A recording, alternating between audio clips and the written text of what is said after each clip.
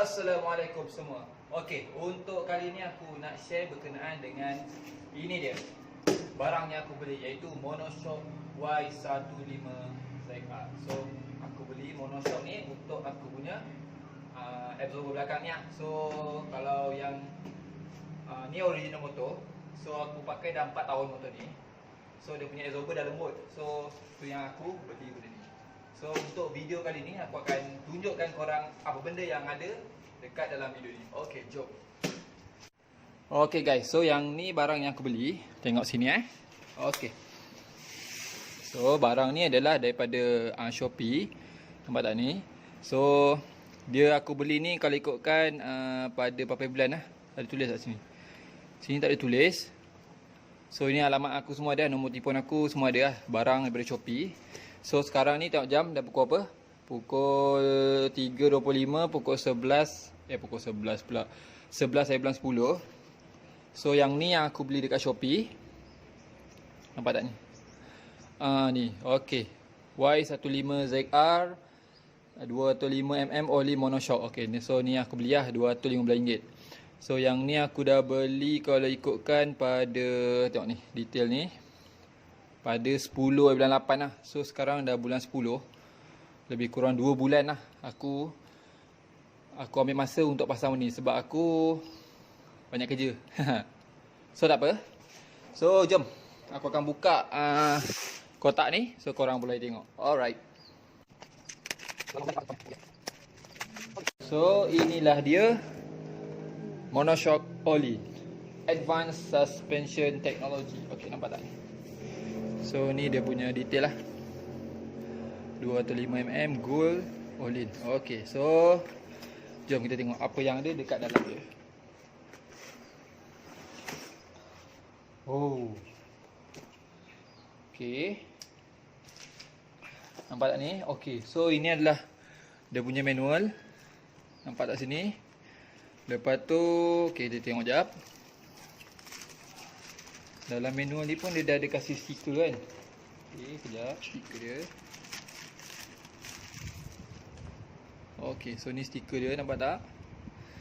And then dia ada kasih manual mungkin manual ni boleh baca Okey, dia punya, okey. Nampak tak?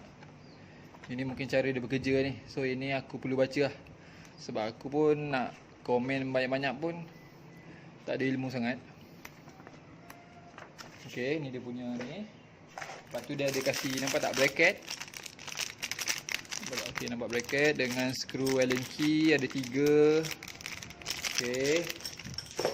And then dia ada kasih apa lagi? Okey. Ni apa ni?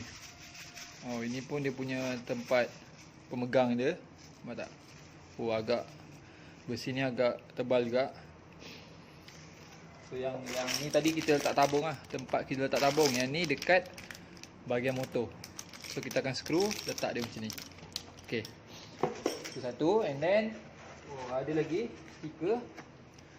Stiker all-in. So, kalau yang ni tak silap aku, dia letak dekat sini tampal dekat tabung stiker ni. So, dia dah bagi 2 stiker. Dan juga ini dia. Nampak tak? Spring absorber dan juga tabung. Okey. So, dekat sini. So, yang ni lah yang aku nak tunjuk dengan lebih dekat. Okey. First kali kita tengok dekat tabung dia. Dekat tabung dia sendiri, nampak tak ni? Ada soft, ada hard. So, sini kita boleh adjust kalau kita nak soft ataupun hard. Lepas tu dekat, nampak tak ni? Dah berabuk dah.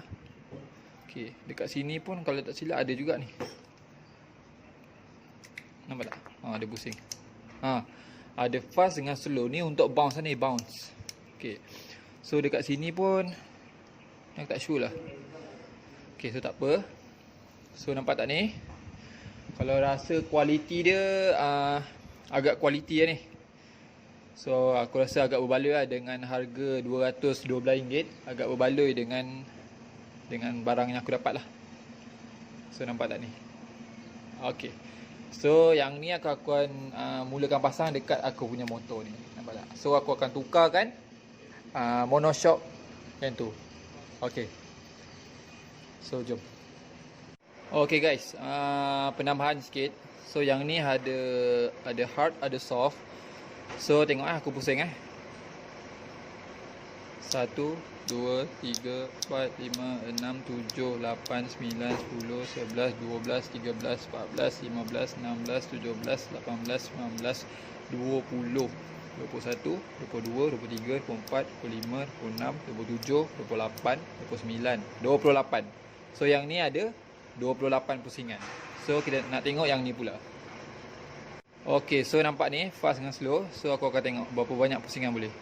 1, 2, 3, 4, 5, 6, 7, 8, 9, 10, 11, 12, 13, 14, 15, 16, 17, 18, 19, 20, 21, 22, 23, 23. So yang ni 23 lah. Dia boleh, ni aku tak sure lah. Aku nak komen pun aku tak berapa pandai sangat. So yang ni ada 23, yang ni ada 28 pusingan. Okay, so aku akan buat pemasangan.